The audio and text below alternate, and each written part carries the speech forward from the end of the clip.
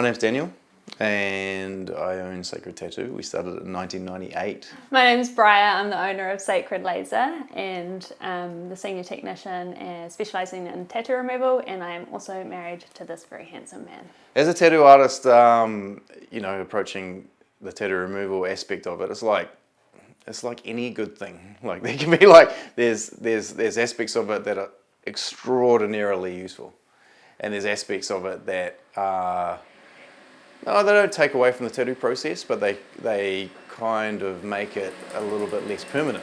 Like a big part of the tattoo process was the permanence. It does dilute tattooing a little bit, where people potentially enter into the process of getting a tattoo with in the back of their mind thinking, well, I have the means to remove it if I don't like it, It's really not that simple, and I wish that people didn't approach it like that. For me as a tattooer, I can only add ink, I can only add to whatever's there.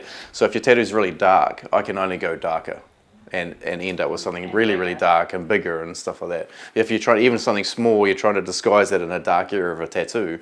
Generally, when we do a cover-up, I would say to do a successful cover-up that will look really cool and not obvious as a cover-up, we need to triple the size of this tattoo. And now with the laser, it's 2 to 4 sessions of laser. Even a really dark tattoo can be so light and grey that we can go over it with something the same size, There are so many reasons why people come and see me to get their tattoos removed. It's really hard to sort of pinpoint, what the main sort of trend is.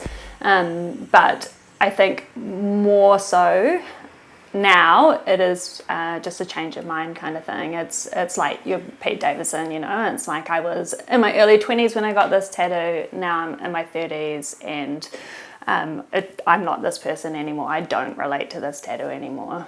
A lot of tattoos are connected to maybe a certain time or place in someone's life that has a negative, connotation, and so there's a lot of people removing that. I mean, wedding band rings, I don't know what it is at the moment, but I seem to have an influx of clients who are removing tattooed wedding bands. The timeline of tattoo removal is a long one, I think from the get-go I manage people's expectations very carefully, and the first thing I basically remind people is that tattoos are designed to be permanent. We're trying to reverse that permanence, obviously, and simultaneously maintain the integrity of someone's skin. It's a really big thing.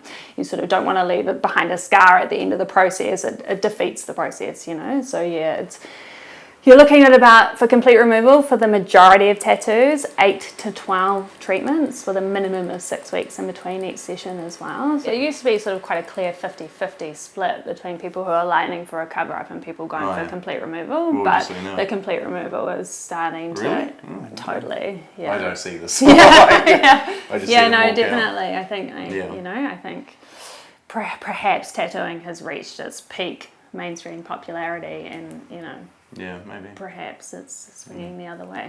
The difference between getting lasered and getting tattooed is a longer process, and you have to get in the right mindset, and it's painful, but you can deal with it, but you have to relax. You have to go with the flow and just get into the zone and all that stuff. And usually that takes 10 minutes at least to get into the zone, but laser's really fast and it does hurt more, but it's you just something the size of my hand would be about 30 seconds. So you can get through. You don't have to get into this. You just have to deal. You just and just ride the lightning. Just ride 30 it. seconds. 30 seconds, and it's done. So it's And you can use numbing cream as well. And you can use numbing cream. You'd really need a crystal ball to predict what's going to happen with the tattooing industry. But I sort of do feel that because in the last 10 years it's become so mainstream and almost viewed upon as a fashion accessory.